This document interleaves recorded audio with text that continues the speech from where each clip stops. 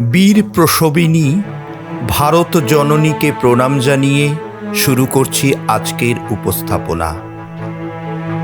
আমাদের দেশ ভারতবর্ষে বহু বীর সন্তান যেমন জন্মগ্রহণ করেছেন, ঠিক যুগে যুগে তেমনি বিভীষণও জন্ম নিয়েছে।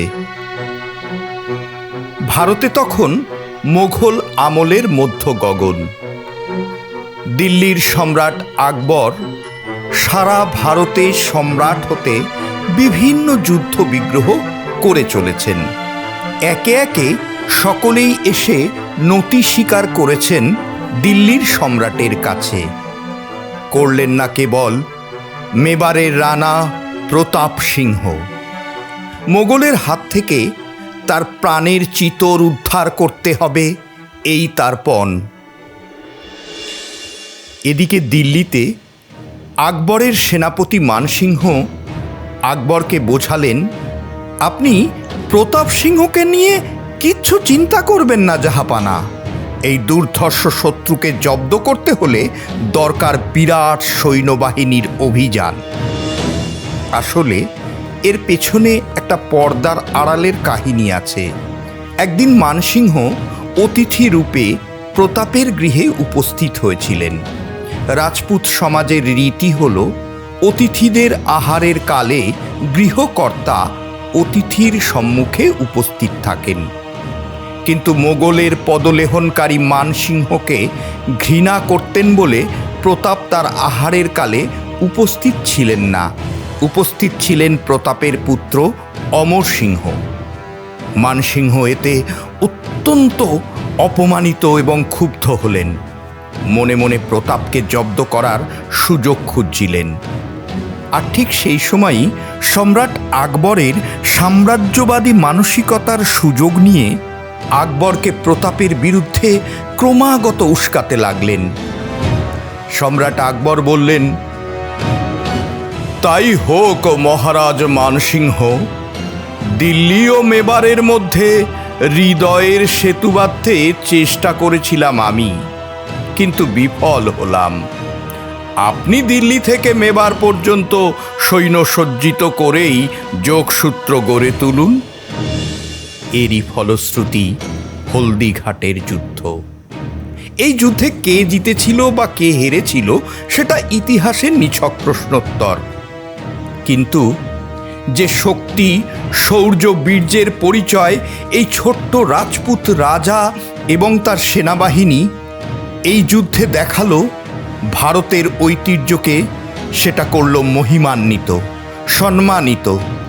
মাতৃভূমির যূপকাষ্ঠে রাজপুত সেনানী এবং তাদের নেতার আত্মবলিদান ইতিহাসের পাতায় স্বর্ণাক্ষরে লেখা আছে, যার জ্যোতি মোগল বিজয়ের গর্বকে করেছে লাঞ্ছিত।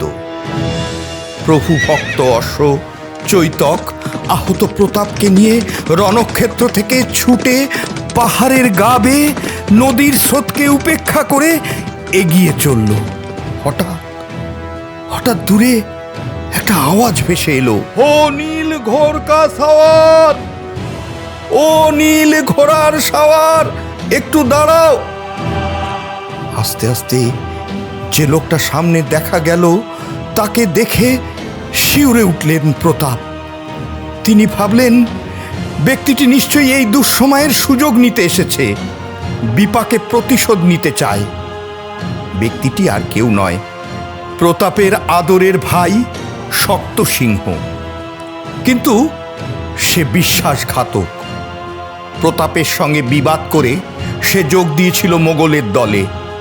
বিবাদের দিন কুলপুরোহিত তাদের দুজনের মধ্যে এসে বর্ষাঘাতে নিজের বুকে পেতে না নিলে ভাতৃঘাতী বিরোধের সে পরিণতি যে কি চরম হতো তা ভেবেও শিউরে উঠতে হয়। কিন্তু না, এই বিপাকে ভাইয়ের ওপর প্রতিশোধ নিতে আসেনি বিশ্বাসঘাতক ভাই। প্রতাপের বীরত্বে মুগ্ধ হয়ে আজ সে ক্ষমা চাইতে এসেছে তার দাদার কাছে, এসেছে দাদাকে সাহায্য করতে।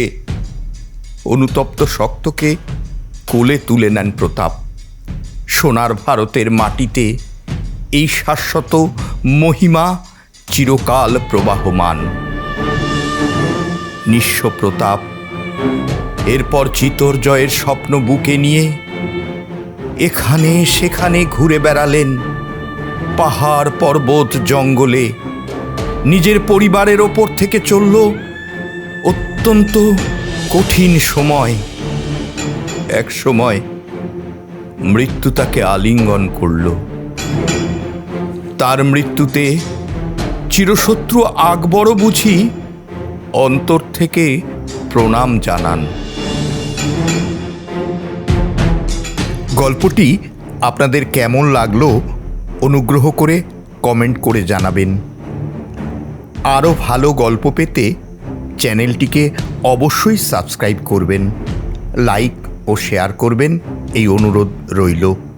ভালো থাকবেন, সুস্থ থাকবেন। ধন্যবাদ।